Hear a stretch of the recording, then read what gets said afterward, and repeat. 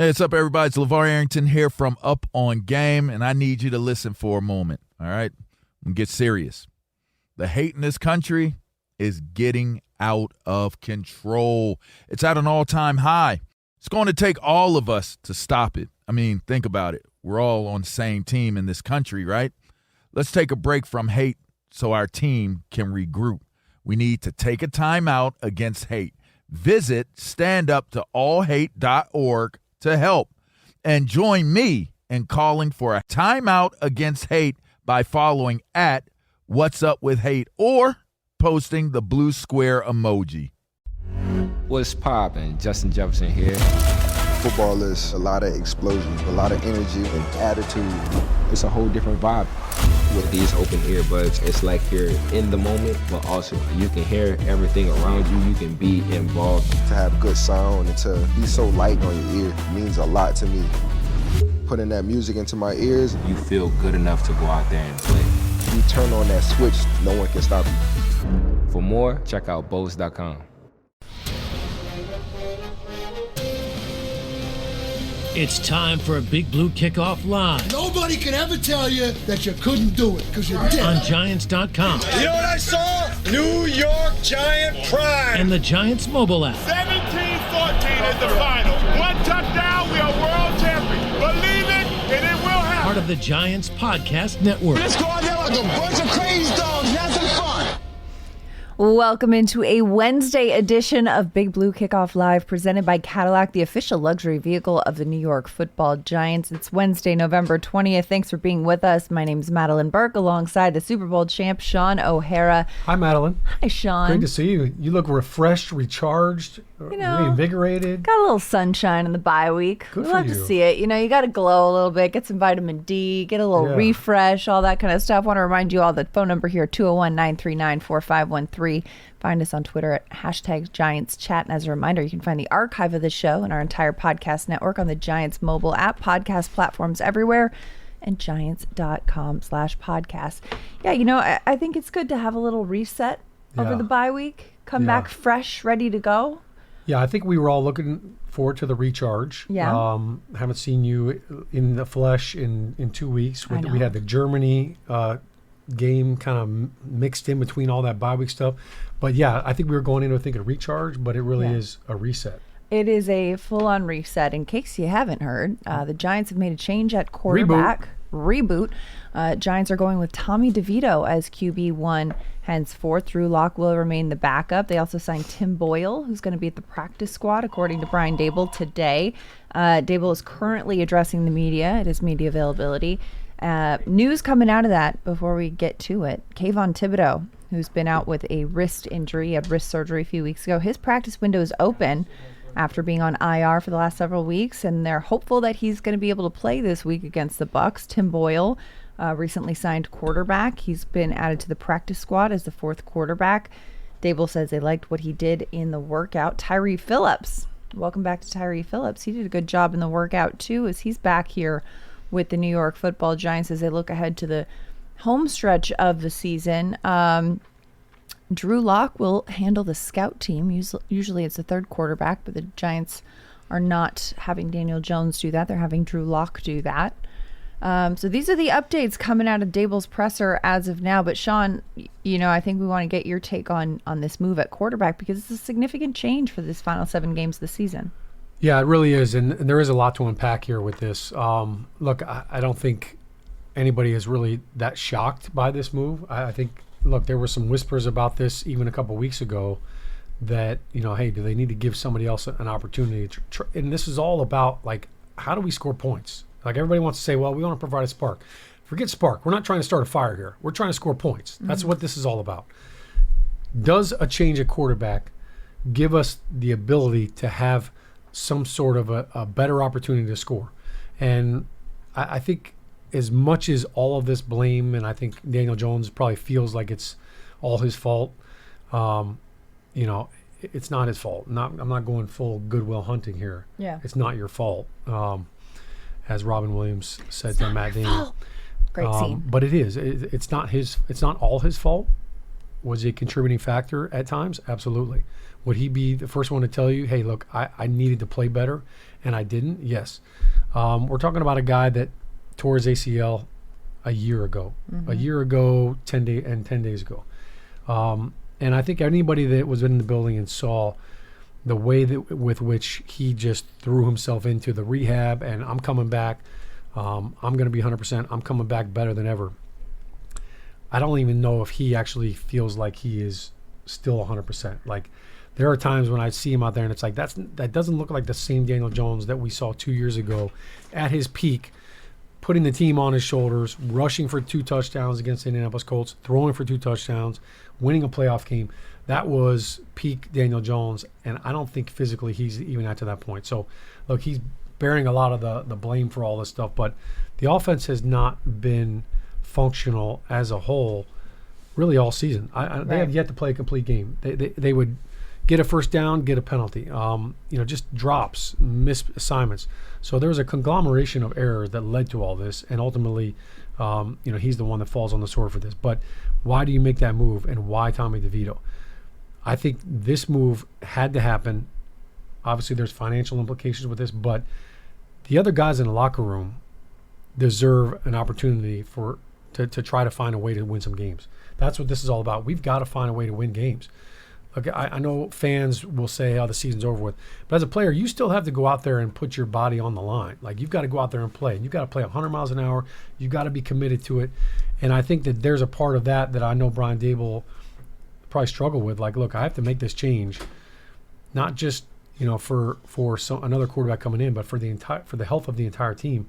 Our offense has got to score points. We've got to find a way, and I've got to do everything possible to do that. Well, and you got a lot of questions that you want to answer too about this team, and those questions, especially on the offensive side of the ball.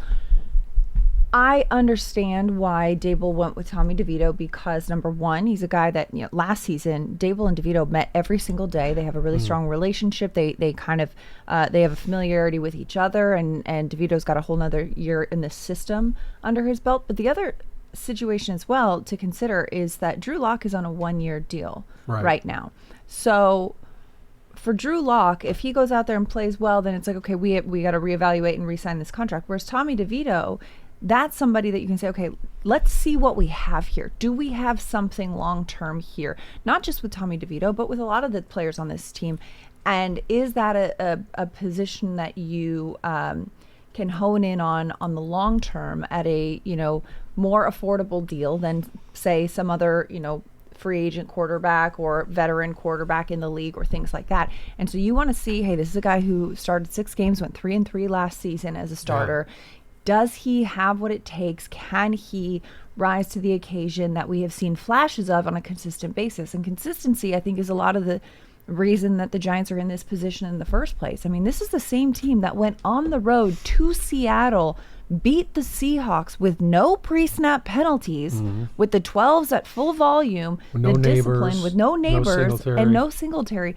And the discipline and the execution in that game is like, okay, this is the Giants team that we thought we had. The problem is, week in and week out, it's not consistent. And, in Daniel Jones's career, he has had some moments and some games and some plays where you're like, this is a quarterback that they saw, that they said, yes, this is the guy that we can build the future around. But the problem is that it, and like you mentioned, still coming back from the ACL, there's a lot of other factors involved, but the lack of consistency in those moments, I think, is something that can lead to some frustration, because if somebody can do the job well sometimes is very different than somebody who does a job well and you can rely on them consistently. Yeah, and the quarterback position, it's so hard when you're like this. Right. When you're up and down and it's that roller coaster. That's the one position you don't want that to be on a roller coaster. You want that consistent play. I think it's a great point with Tommy DeVito coming in and the familiarity with the offense and the investment that they have already in him. Like, here's an analogy, all right? You have 2 cars at home. One is a lease, and you're giving that car back in a year. The other one you own. You own that car. Well, you've got $1,000, and you need to put tires on both cars. Which car are you going to put the tires on? Yeah. You're going to put it on a car that you own. You're handing that lease back. You're not going to put brand new tires on that car and give it to somebody else. So that analogy with Tommy DeVito, look, they're invested in him. They signed him as an undrafted free agent, paid him more money than guys that were actually drafted ahead of him in signing bonus. He's got starts. This will be his 7th career start. He has won football games for you.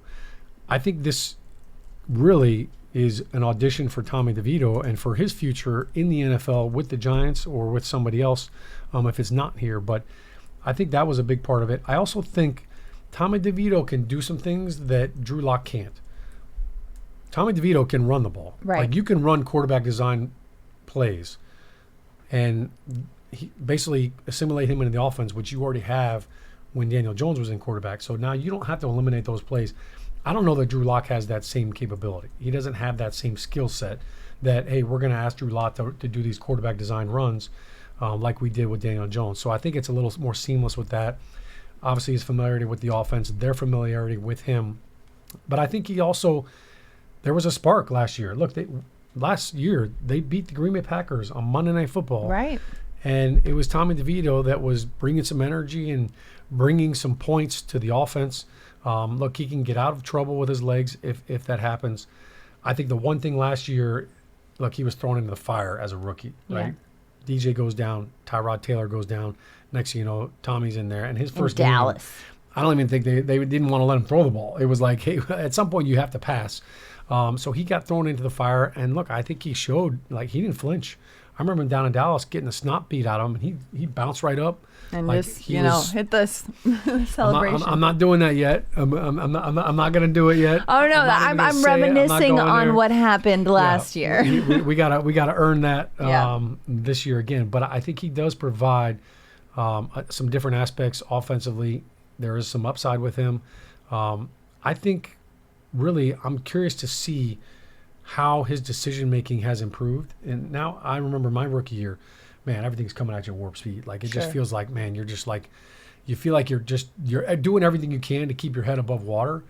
And in year 2, it was like, okay, you know what? I know what to do now. Now I can just go out and do it 100 miles an hour and with confidence. Mm-hmm. So I would expect to see a more confident and a better version of Tommy DeVito right now than we did, obviously, last year. The decision-making and getting the ball out, that to me is priority number 1.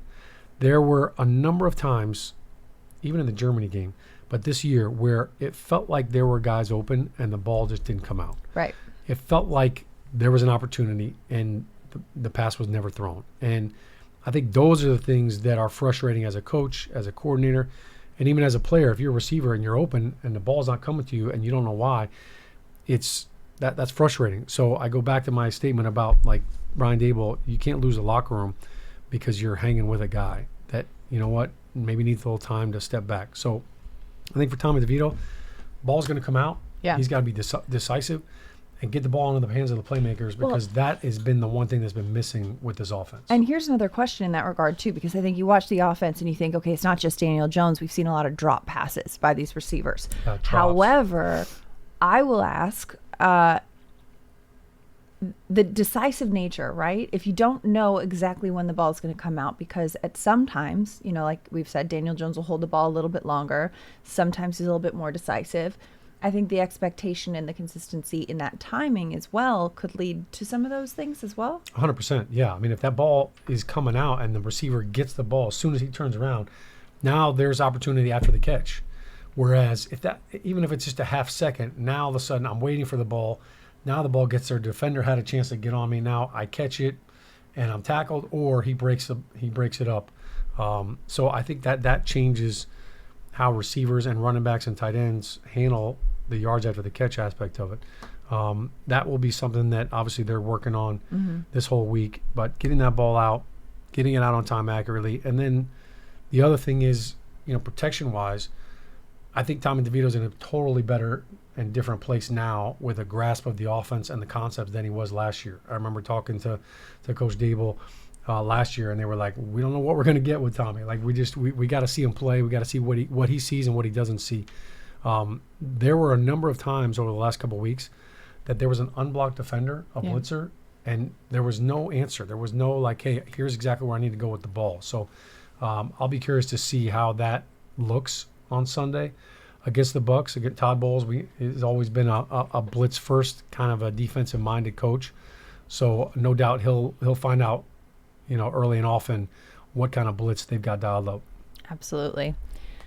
Giants fans, make sure you go and subscribe to the Giants Huddle podcast. It features long-form interviews with Giants players, coaches, and front office staff past and present. Plus, hear from the best analysts covering Big Blue and the NFL. Search for Giants Huddle and subscribe on your favorite podcast platform, or simply go to giants.com/podcasts. And don't forget, if you're on Apple Podcasts, leave a 5-star positive review for all of our Giants podcasts. Let us know what you think. Like, comment, subscribe, all that good stuff. 201-939-4513 is the phone number as we head to the phone lines. Cliff in New York is our first caller of the day. Cliff, how's it going? You're on Big Blue Kickoff Live with Madelyn and Shaun. Hey, guys. It's going good. I hope all is well with you. And with the quarterback change, I think it relates to the bigger picture also. But before I get to that, I just thought the key to the whole thing was that business that you just mentioned, which we've heard before. There were people open and he didn't throw the ball. We heard that a year or two ago. I think the same thing from Coach. That they really wanted Daniel to cut it loose, and to be confident of throwing the ball down the field, as if they noticed that was an issue, And then I didn't remember hearing about it again for quite a while. In other words, let the ball rip and suffer an interception if you have to, because it's if you keep throwing the ball with some confidence. Then you're going to complete more to your team than the other team. So there was that big deal, and that I think goes to the personal relationship with the coach, because we heard a lot about this with Eli and Tom, getting our last 2 championships, along with the rest of the team, obviously. But there was a special relationship there, and I thought those 2 guys had at least 1, if not 2 more championships in them. But, the organization went through what it went through, and we're finally beginning to turn the page on recovering from that, I think. And I think that a key to that was, from the beginning when Eli stepped in, he had the complete and utter support and confidence and commitment from his coach, and it got nothing but better from what I was hearing as the years went by, even all the way until they parted, and then it was all over.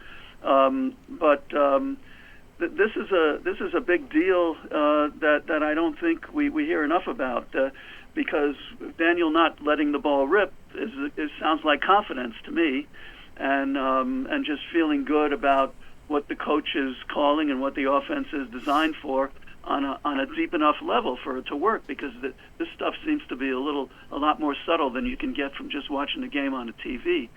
And the connection also that I'm trying to make here is that I'm a big fan of this regime because of what they did in Buffalo, and I've noticed that the Buffalo Bills have had sustained success, and it's still going 3 years after these guys left. And I didn't do the homework to see exactly when those 2 guys were hired, but I know they were big parts of it, and they brought that idea here about how do you bring something for sustained success, and that goes into these decisions that I just don't think we hear enough about, except on this show, and I'm optimistic about Tommy. I'm glad to hear he can run, because his first time around, what he mostly did was make sure he didn't cough up the ball by being sacked 8 times, which happened to him in more than one game, and he was just good at cowering back there and making sure he didn't make a bad play worse. And I didn't remember him running too much, so I was glad to hear yesterday and today on the show that he can run. And I was disappointed that we had to give up on Daniel, because I was hoping they'd give him the rest of the year, but if he wasn't showing the confidence to throw the ball when the guys were open, I think that was the bottom line. Yeah, it's a tough one. It's a tough one there, Cliff. Thank you so much for the call. Yeah, I think disappointed is a good word. You know, Yeah. I mean that one always kind of resonates. As like a kid when your dad, you do something and your dad comes in, he's like, I'm not angry, I'm not mad, I'm just disappointed in you. Like it's like we all thought that more Yeah. We expected more. It's and like I think it's America's Next Top Model. I was rooting for you. We were all rooting for you. From breathtaking cliff dives to the mega rush of free-ride mountain biking, Red Bull harnessed 5G solutions from T-Mobile for Business to put adrenaline on display. Relying on the strength of our 5G network, Red Bull powered POV drones to deliver unmatched views while broadcasting in real time from some of the most remote locations in America. This is heart-pounding fan experiences. This is Red Bull with T-Mobile for Business. Take your business further at T-Mobile.com/now.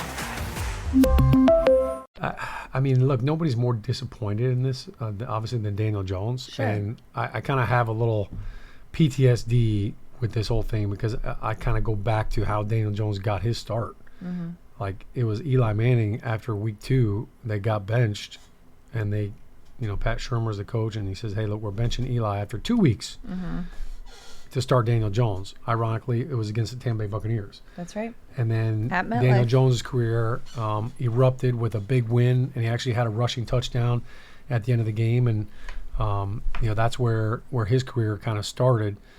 So it's tough. It's tough anytime you see a quarterback, and I mentioned him coming off of the ACL injury, the amount of time and energy and sweat and blood that he put into even coming back to be ready for this year.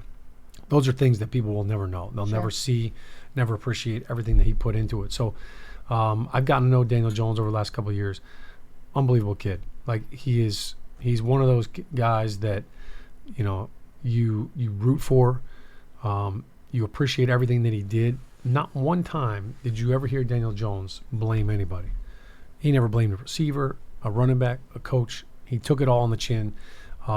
That type of leader is the kind of guy you want as a quarterback. So I think he did everything in his power to try to make it happen, and it didn't work out. And I think it's unfortunate for him. It's disappointing for him. It's disappointing for the team.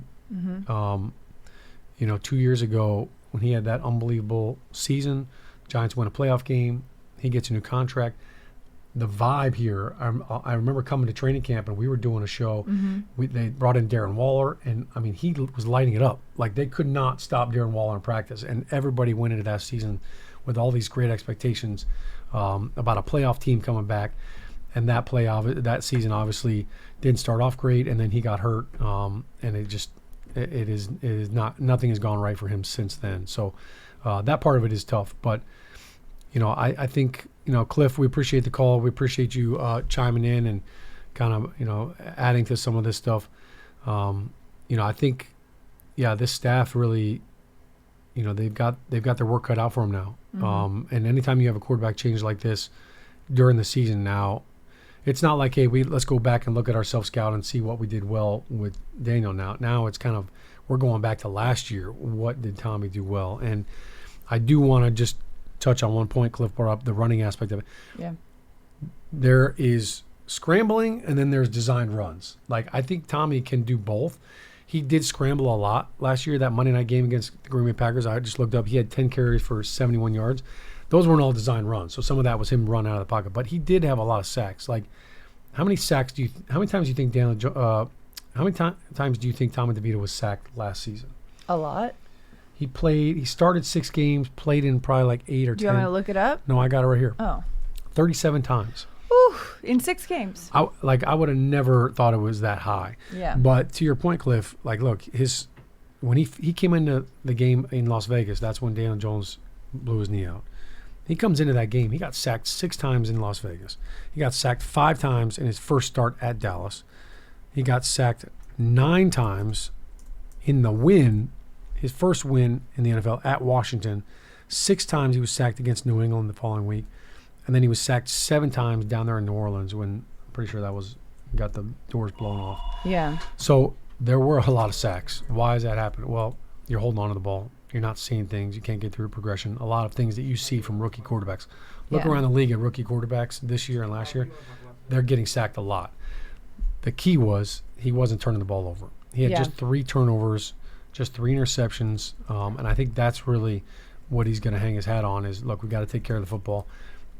Sacks, you can always punt after a sack. Turnovers, you can't win with. But that'll be something to kind of keep an eye on here as he goes back into a full-time duty here. Can he alleviate and eliminate some of those coverage sacks, some of those sacks where it took him too long to process and to get the ball out. I think the one thing that will help this offensive line is night and day compared to last year. Like the offensive line that he was playing behind last year, Tyree Phillips was one of them, one of the starters who they picked up from the practice squad from the Eagles, and he literally started like that Sunday. So I think he was introducing himself to some of his O-linemen in the huddle. This offensive line is much more consistent. Obviously, we didn't even talk about it, but Evan Neal made his first start at right tackle against Carolina in Germany. I thought he played really well. I thought the run game was his best part. He did get beat a couple times against Clowney, who's a heck of a pass rusher. But I think this offensive line as a unit is performing at a much higher level than the offensive line he played with last year. And I think it's also important, too, when evaluating this Daniel Jones decision. Oftentimes, when there's a change made in this significance, people think, oh, it's because that person wasn't good. Whether it's a change at a head coach, a change at a GM, a change at a quarterback, what have you. But it also, there's circumstantial situation that needs to be considered, right? It's not just this person is good or bad at their job. It's that the environment in which they were playing or producing was not good, and something had to change. Because nothing changes if nothing changes. One thing I will point out, though, talk about sacks. Andrew Luck, the quarterback for the Colts, retired early because of how much he was getting beat up. Yeah. Andrew Luck played 86 games in his career and was sacked 174 times in 86 games. That's a lot. Daniel Jones has been sacked 208 times in 70 games. He has been sacked That's almost 34 times more than Andrew Luck had in 16 games fewer. And Luck retired because of the beating he was taking. So I think if you look at the environment in which Daniel Jones has played the bulk of his starting career the last 6 years with these Giants, you got to at least factor in some of these external factors. This isn't about whether or not he's confident, whether or not he's decisive. Yes, those are playing a role, but also you got to think about why. Why is he that way? Why is he in that situation? Is because for years he had 300-pound men running at him every one's way, and when you compare it to a guy like Andrew Luck, who again retired because of the amount of impact he was taking, and he's a mobile guy, and this is that I think is something to be considered. Yeah, that's a great perspective right there. And I think, that goes back to the whole, it's not your fault. Yeah. It's not just your fault. Like there are a lot of factors here in play. And look, even John Mara went on record and said, we've done more things in his career to mess him up. Like, we did not do him any favors. The offensive line for years was abysmal at best. No running game at times. Look, Malik Neighbors is really the first true number one receiver he's played with. No shade on anybody else, but like, he's different. He's never had a receiver like that. So, yeah, it's been a hard knock life, I think, for Daniel Jones, given that. And even though, like, when you think about how athletic Daniel Jones is, look, some of those sacks are on him, but that's an alarming amount of sacks. So it sounded to me, just rough numbers, guesstimates. Andrew Luck was getting sacked on an average twice a game. Daniel Jones was getting sacked on average 3 times a game. So that's huge. 3 sacks a game on average. That's some poor offensive line play and some poor execution all around. Yeah. And so it's definitely a tough situation, a tough curtain call for his season right now. But the Giants looking forward to another direction starting Sunday against the Bucs. And Giants fans, if you want to attend a couple games, take your fandom to the next level with a season ticket membership. Stay connected to the club all year round, not just on game days. Memberships are now available for the 2024 season. To learn more about all the exclusive member benefits, visit giants.com/tickets. Limited inventory is available. 201-939-4513 is the phone number as we go back to the phone lines. Mike in Fort Myers, Florida. Mike, you're on Big Blue Kickoff Live with Madelyn and Shaun. Good afternoon, folks. One of the subjects I want to talk about is sort of at the end, and that had to do with some buddies of mine saying that they felt that Daniel Jones could have improved his timing if he took up skeet shooting. I've only shot skeet shooting twice in my life, Pull. These guys really do multiple skeet shooting shows where they've got 2 or 3 pigeons going up at any one time, and some of them are different colors, and you've got to shoot the red first this time and the blue first the next time. Anyway, that's gone, and I wish Jones luck. He gave his best. He laid his body on the line.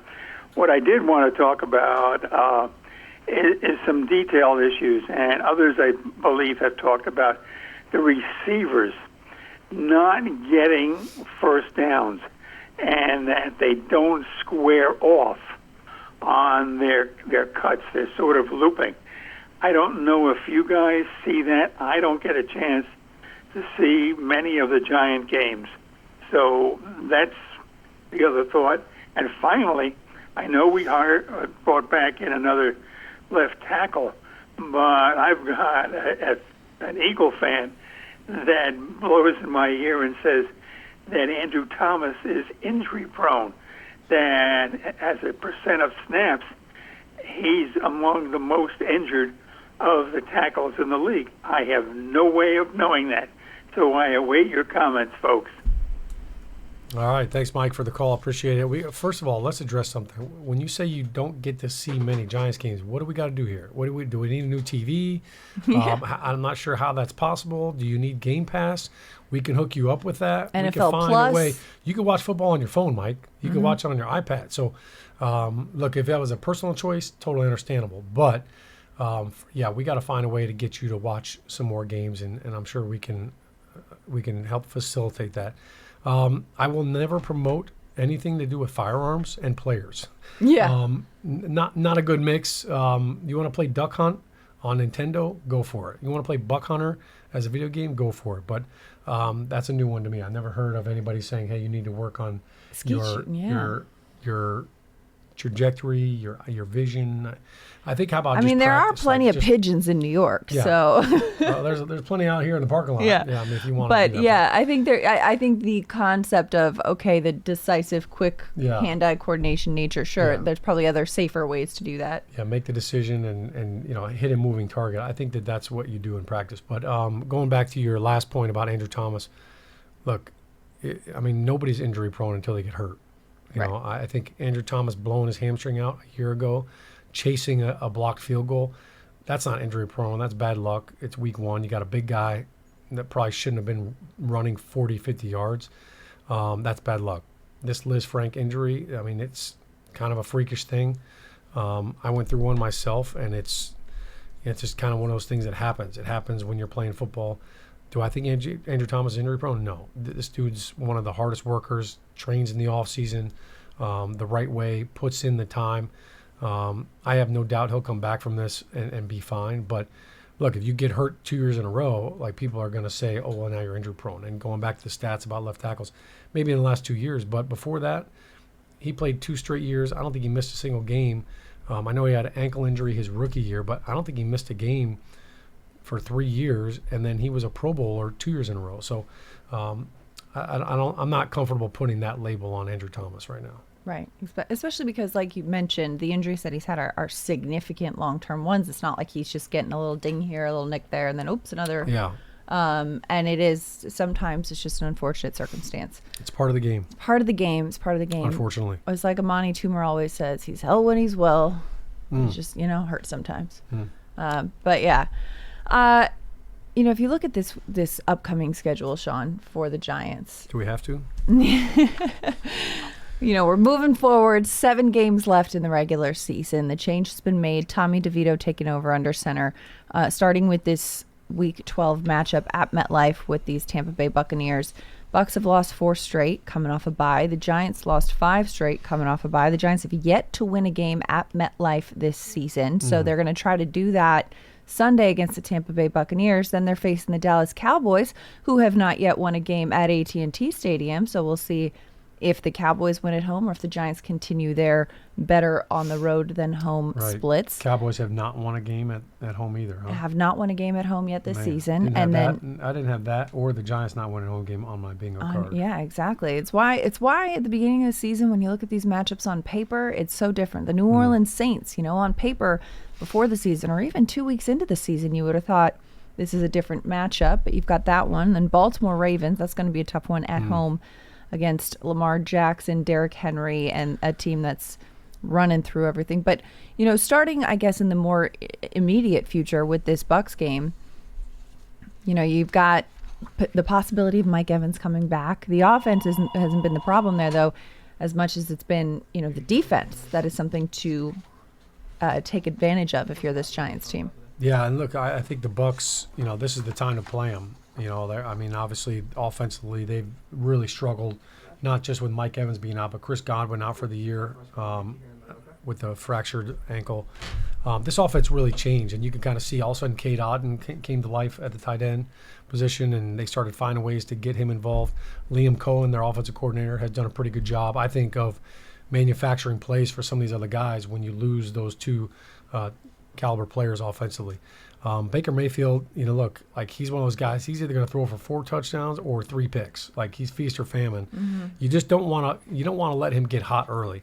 But yeah, this Bucs defense has been they've been kind of night and day here. They started off the season great, and then over the last 6 games, they've allowed over 23 points a game. So they've kind of had a little bit of a slide since week 5. They've given up the most passing yards allowed. So this is a great opportunity for the Giants. You're facing a team that's struggling defensively, giving up big plays, giving up a lot of pass plays. They can't get off the field on 3rd down as of lately. So this is a great opportunity for Tommy DeVito in this offense. I think Tyrone Tracy, and I can't wait to see him just get his first carry. Like for him to have had to wait now 2 weeks after his last touch in Germany with the fumble, that's a long 2 weeks. It probably feels like 2 months. So yeah, I think for Tracy, this is a great opportunity for him to have a big game, and for DeVito, you're going against a defense that's struggling against the pass. This could be a great opportunity for him and Neighbors to really connect. I mentioned before, Todd Bowles. Look, he loves his pressure packages, so that is going to be key number 1 for Tommy DeVito at the line of scrimmage pre-snap. What are they doing? They're going to try to disguise you. They're going to try to confuse you. They're going to have safeties down at the line looking like they're blitzing. On the snap, they're flying out of there. They're going to do the inverse. They're going to be back there looking like cover 2, and then one of them is going to fire down right before the snap and come off the weak side, and they're going to be playing single high or zone coverage. So he loves a lot of zone blitzes as well, and he will give you a lot of different looks up front, try to confuse the protection. So that's going to be a big challenge. And the one thing I always used to say whenever playing a defense like that, Madelyn, you know what you do? You get up the line, you quick count them. All right, if they want to have guys moving all around and just guys on stuff, boom, get up the line, quick count, and run the football.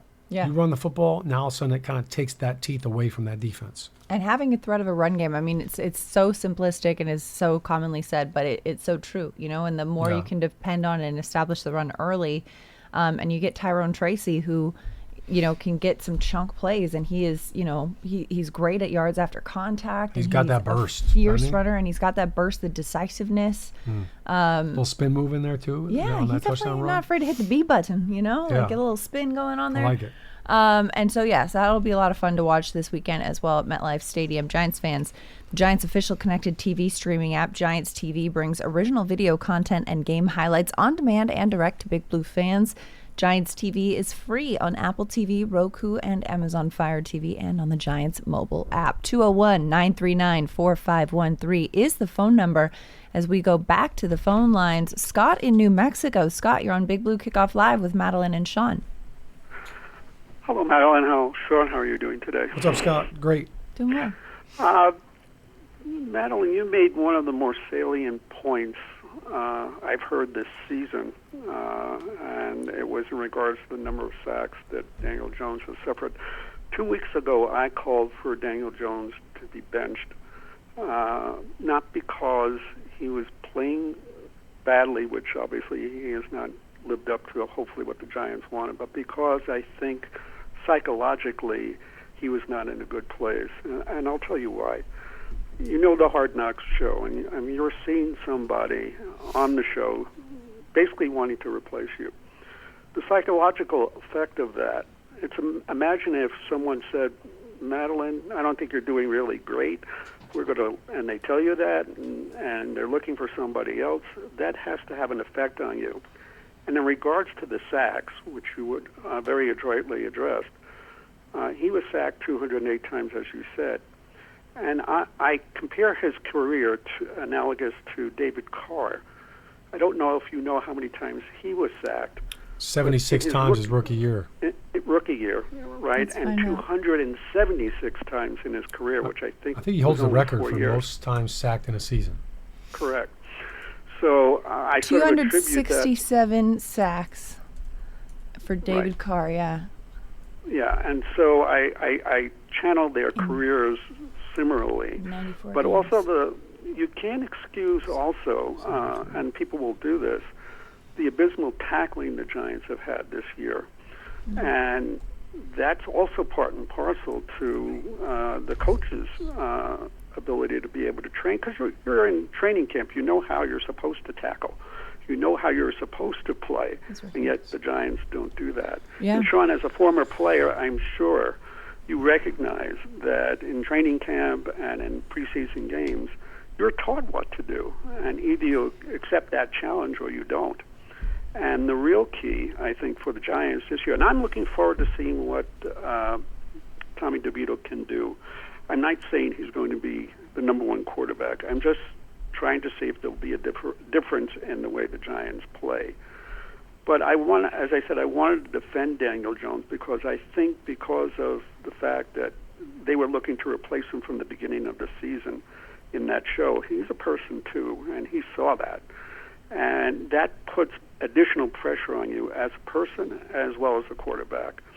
And I hope as we move forward in the season, no matter what the end results are, that the Giants recognize that there are more people that are culpable in this than just Daniel Jones, as Shaun, you properly addressed. And those issues have to be addressed as well. And it's a defensive problem as well as an offensive problem. And until we play as a cohesive unit, I don't see any hope for the Giants either this year or next year until we get these problems fixed. And I'm trying to look ahead. I try to find resolutions as to how we can fix things.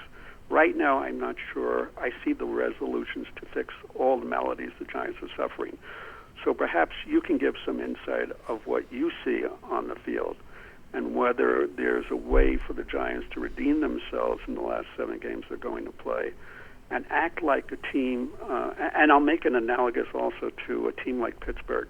Pittsburgh doesn't always have the best team in the league. They have great players, as the Giants have great players. Watt is probably one of the best in the NFL. And Mike Tomlin always has them being competitive. It doesn't matter who their person. They can change personnel left and right, but you see them repeating year after year a certain sense of competitive energy, which I don't see in the Giants' persona. So I was wondering if you can comment on this. And to quote Shakespeare, and hopefully both of you took Shakespeare in school, there's a famous play called Richard III. And in that, the first line is, "Now is the winter of our discontent." And I think we're in for that for the next 7 games. And I think, hopefully, as a longtime Giant fan, I hope they will recognize their own shortcomings and not heap everything on Daniel Jones. And John Mara had addressed this, that he had failed Daniel Jones in the very beginning. But I think Daniel Jones needs to be on another team. So again, I put a lot on your plate. Yeah. So hopefully you can answer some of the questions, and I'll get off the air now. Scott, it's right on cue for Thanksgiving. We load up the plate, man. Like just when you think the plate is full, you can always add a little gravy on top of the stuffing. I appreciate the thoughtful call, Scott. Yeah, I like it. I like he dropped a little Shakespeare on us too. I mean, Yeah, look, Richard let's go. III, I think Giants fans can really, they can definitely relate with that. I think right now Giants fans they're star-crossed lovers right now, and it's the Montagues and the Capulets, and they're just over there saying, Romeo, Romeo, wherefore art thou Romeo? Yeah. Their Romeo is the quarterback, right? Yeah. That's where they're trying to find. From the Delta Sky Club Welcome back, Miss Klein. to the Jet Bridge, Delta Airlines relies on 5G solutions from T-Mobile for Business to power operations and serve customers faster. Together, we're putting 5G into the hands of ground staff so they can better assist on-the-go travelers with real-time information throughout the airport. This is elevating customer experience. This is Delta Airlines with T-Mobile for Business. Take your business further at T-Mobile.com/now. I will say this, and Scott brought up the point about had to put extra pressure on Daniel Jones because he saw Hard Knocks, and because of that show that they were trying to replace him. Here's the deal. When you're in the NFL as a player, They're always trying to replace you every single year. Yeah. Like, there at no point in time in my career was I like, I'm good. Hey, And even that is what drives you. That's what drives you in the offseason is, look, I got to earn my spot. I got to earn my salary. I've got to earn it.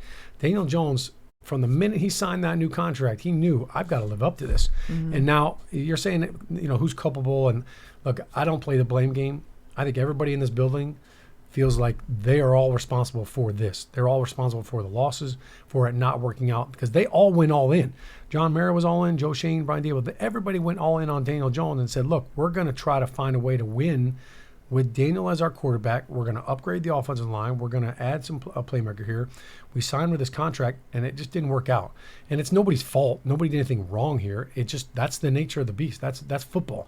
You think Jerry Jones is happy about the fact that he's paying Dak Prescott, $60 million, and he's on IR and they haven't won a single game at home? Like, that's just the game. That's the NFL. And from a business standpoint, as a player, you always know that they're trying to replace you. Here's a story for you.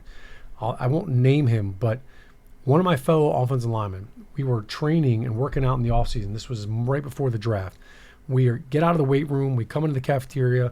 We're having breakfast. And they're having players come in that are eligible for the draft. They had a player come in. He was a tackle, a prospect.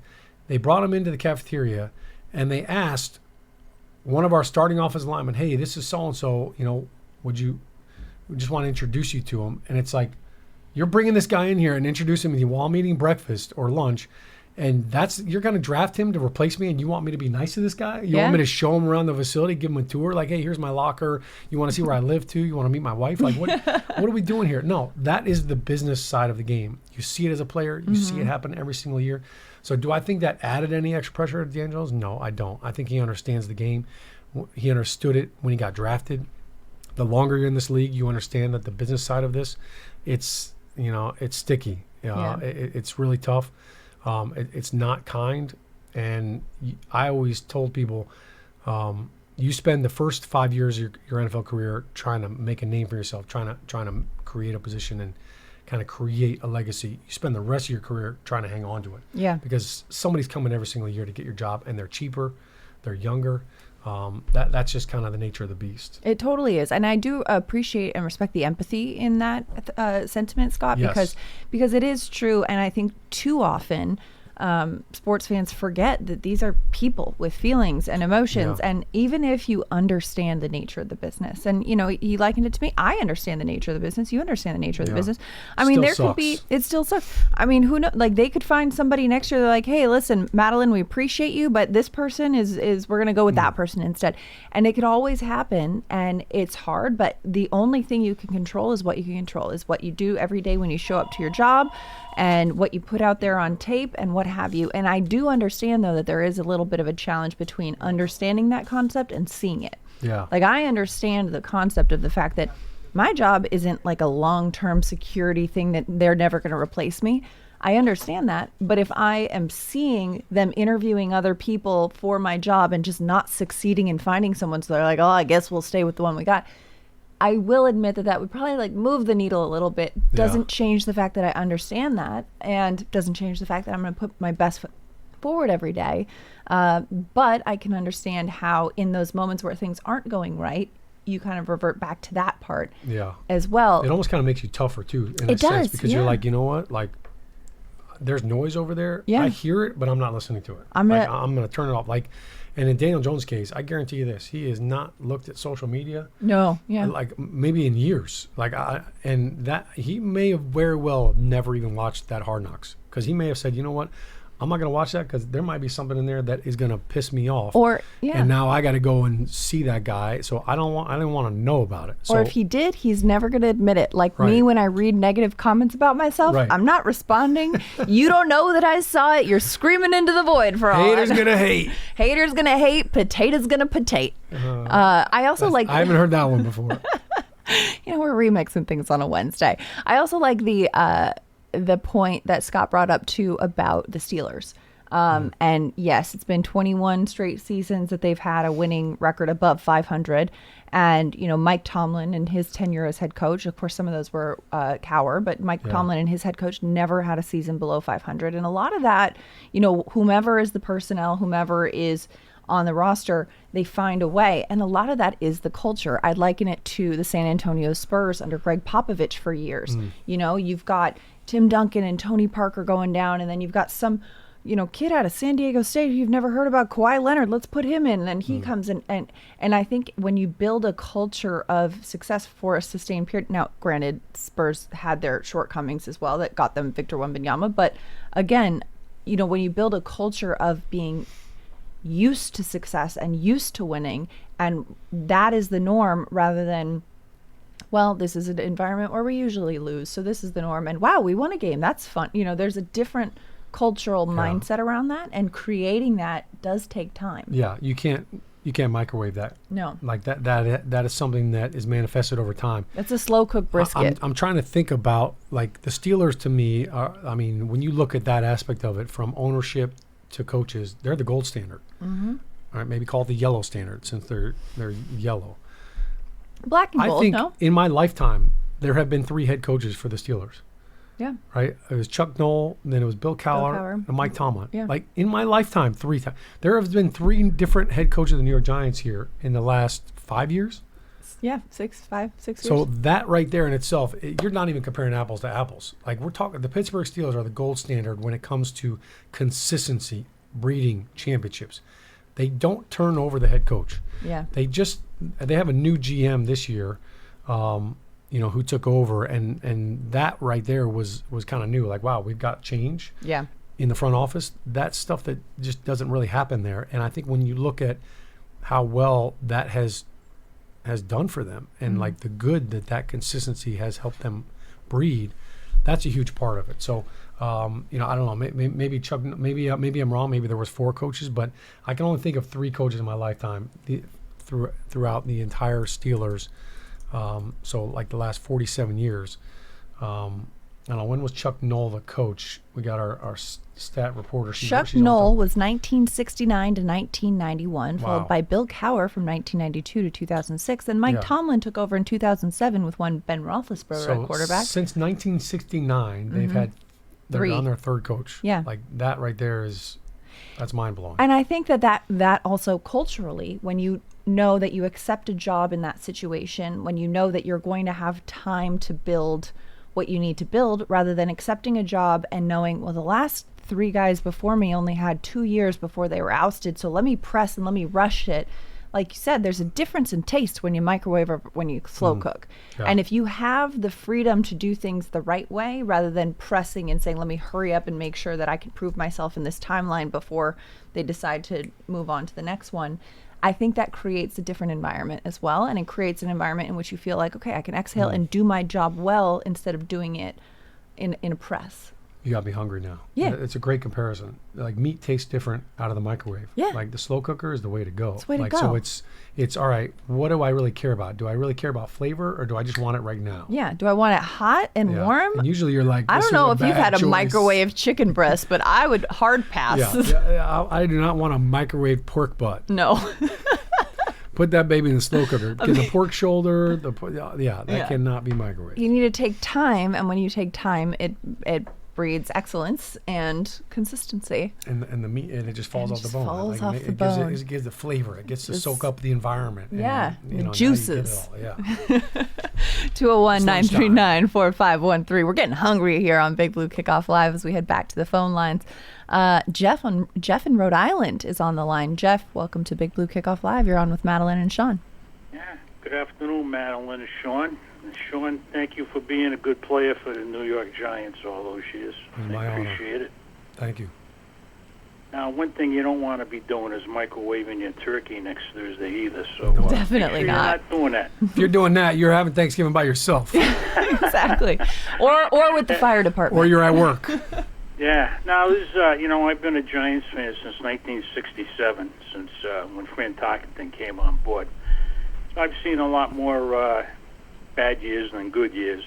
But there's a couple of things that are bothering me right now. And I've been seeing and reading online and other places of comments from the Fire Everybody crowd. And I've never been one of them. I'm willing to give Joe and Brian a couple of more years. I don't care if it takes 2 or 3 more years to get it right. I'm just willing to give them the time. I'm not going to give up on them because I think they're doing a good job in spite of the record. But, eventually we got to start winning. So, yeah. And I don't know. There was a couple other things. I don't know. I can't remember what the heck I want. I should have written them down. But, it's just I don't want to see anything happen to them. And especially, in regard to the draft next year, we cannot. And I'm sure Joe knows this, but you can't be reaching for a quarterback in next year's draft. I think the right way to go would be to sign a bridge quarterback and draft the guy that you really want. The year after that in 26, see how that plays out. But, Joe and Brian, they shouldn't have to walk the plank for a quarterback they didn't draft, who didn't work out. They didn't draft them. Yeah. They shouldn't have to pay the price, in my opinion. In any event, that's all I got to say today. So thank you, and I'll be calling you guys again. Have a happy Thanksgiving. Thanks, Jeff. Have a happy Thanksgiving. Keep that turkey out of the microwave. Yeah. I do appreciate what he said too. And if you look at the draft class this year, you've got Malik Neighbors, you've got Tyrone Tracy, you've got Tyler Newbin, you got Drew Phillips has been balling out, you got Darius Muasau got the only interception for the Giants this year. The draft class this year was a huge success. It does take time to build this stuff. I like that he, has pointed to the fact that they've got something in the making here, but you need to give it a little bit more time. Yeah, and the Giants, they lead the league, I believe, in snaps by rookies this season. So it is definitely a testament to what they did in the draft and how they've definitely hit on a lot of guys. I think when you look at the quarterback and the draft process, it is flawed. Like just everybody's like, hey, we want a high draft pick and don't reach for a quarterback, don't do this. A great case study is the 49ers. Like a couple years ago, they moved up to draft Trey Lance, who didn't even get playing time in a blowout for Dallas last week. They moved up to get this guy. Look, they took a big old swing and they missed and they whiffed and they realized it. They cut their loss. They trade him. Brock Purdy was he Mr. Irrelevant? Yep, last pick of the draft. So you mean to tell me that all right, they got Trey Lance and everybody's like, you got to give up draft capital to get this guy, and now Brock Purdy is their guy. So you don't have to get a quarterback in the first round. That's not. Tom Brady was not in the first round. No. I look at Dak Prescott was a 4th round pick. So look, ideally you would like to get a stud quarterback, and usually they are in the first round. But look, Bryce Young. Until he played the Giants in Germany, he didn't look good this year. He got benched. I think you look at the last couple of years. Like hindsight is always 20/20. Even in the draft class with Josh Allen, you had Sam Darnold, who went number 2 overall. You had Baker Mayfield, who went 1 overall. Josh Rosen, who's out of the league. 11 overall, not in the league. Like every year, it's always there's a quarterback. Bo Nix is a great example too. Yeah. There were people that laughed at you if you told them he was a 1st round draft pick. Right now, the way he's playing, he probably should have gone in the 1st round. Zach Wilson, number 2 overall pick. right now. Not, now he's a backup, and it is an inexact science. It's a flawed process. You hope that, I've talked to many GMs before, and they're like, look, when it comes to draft picks, like you hope you go 50-50. Like if anything above that, like you're doing really well. Like you don't want to go, 1 for 3. If you're batting 30%, you're probably going to get fired. Yeah. But it's not a lock.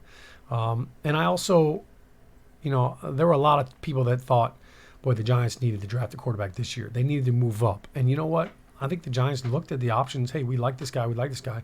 What's the cost? I always laugh when my wife always asks me, like, hey, which one of these dresses do you like? And I'm like, where's the price tag? Like, I can't give you an opinion until I know how much each one costs. Like, same thing. Yeah. All right. Yeah, we like these quarterbacks. What's the cost? You want two future first rounders?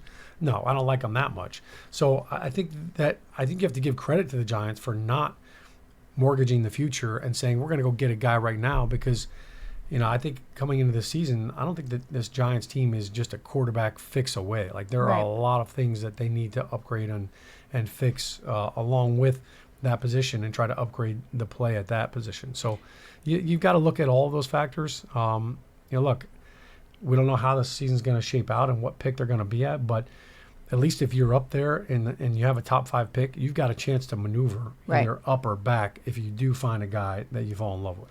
And, hindsight is 20/20. I've seen Giants fans on social media saying, well, the Giants should have gone after Russell Wilson this year. That would have been the answer. First of all, the beginning of this season, you didn't know what you had Russell Wilson. Russell Wilson in Denver did not look like Russell Wilson in Seattle. And are you going to put everything you have in the franchise on I don't know if he's still got it guy? I don't think so.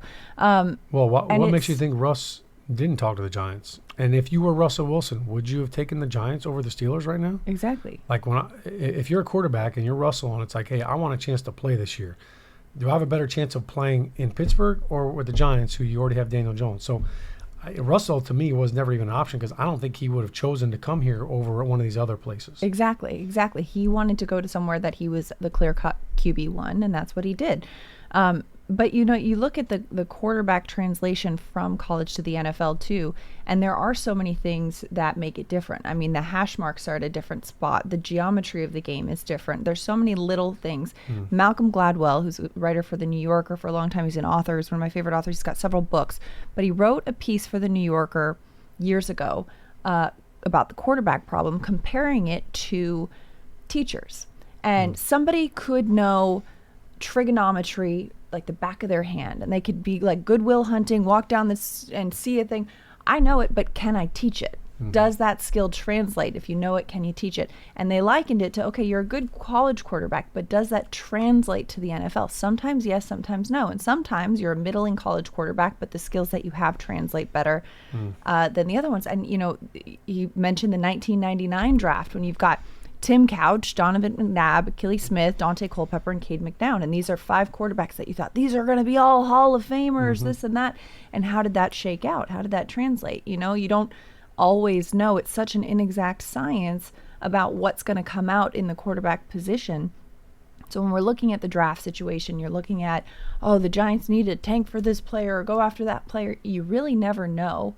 And there are very few Heisman winning quarterbacks that have gone on to be Super Bowl champion quarterbacks in the NFL. Yeah, it's not, I've always, as a player, you always feel like too, like one player is not going to change an entire team. He can help you win football games, but to ask a guy to come in with a first, second, third, or fourth pick overall and to be, save the franchise, that's a lot. You bring up the 99 draft. I played for the Cleveland Browns. I was there in 2000 after the Browns had drafted Tim Couch. And it was a new franchise, and it was like, man, it was a lot on him. And, it didn't work out in the long run. But, just like with Daniel Jones, it wasn't all Tim's fault. Like, there was not a lot going on around him. David Carr, you mentioned that. He got sacked 76 times his rookie year. Charlie Casserly, the general manager, said, the only reason I took Carr over Bush, because everybody hammered him for saying, why would you not take Reggie Bush? That's that whole Saquon conversation. Yeah. He didn't take Reggie Bush because he said, I have two tackles. And they had picked up Tony Baselli in the expansion draft, who was his left tackle. And he said, I drafted a rookie quarterback #1 overall because I thought I had 2 pillars. at tackle. Tony Baselli ended up tearing his shoulder and never played for the Houston Texans. And so he never had that cornerstone left tackle. And that's part of the reason why David Carr got sacked 76 times. But those are all things that go into play when you're looking at, all right, who are we going to take and, who's the most value. But, I also you look at Drake May right now. Right. Right, he's struggling. So even if you draft a quarterback at 3rd overall, Jaden Daniels is a little bit of an outlier. What C.J. Stroud did last year as a rookie is a little bit of an outlier. I think the norm is you're going to struggle for another year with a rookie quarterback. There's going to be some growing pains and some tough sledding.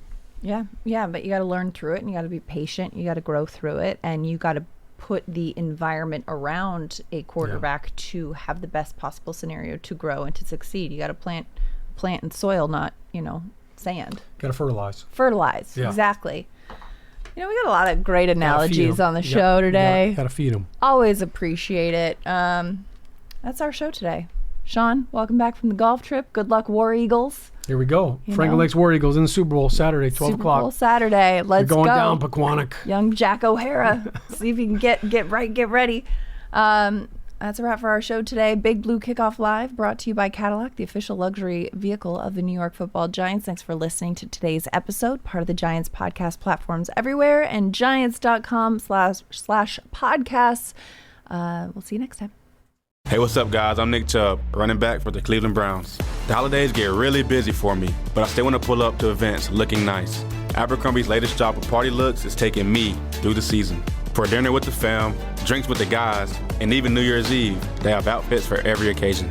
I'm mainly a jeans and t-shirt guy, but Abercrombie has the dressier fits that keep me comfortable. Shop Abercrombie for every night out.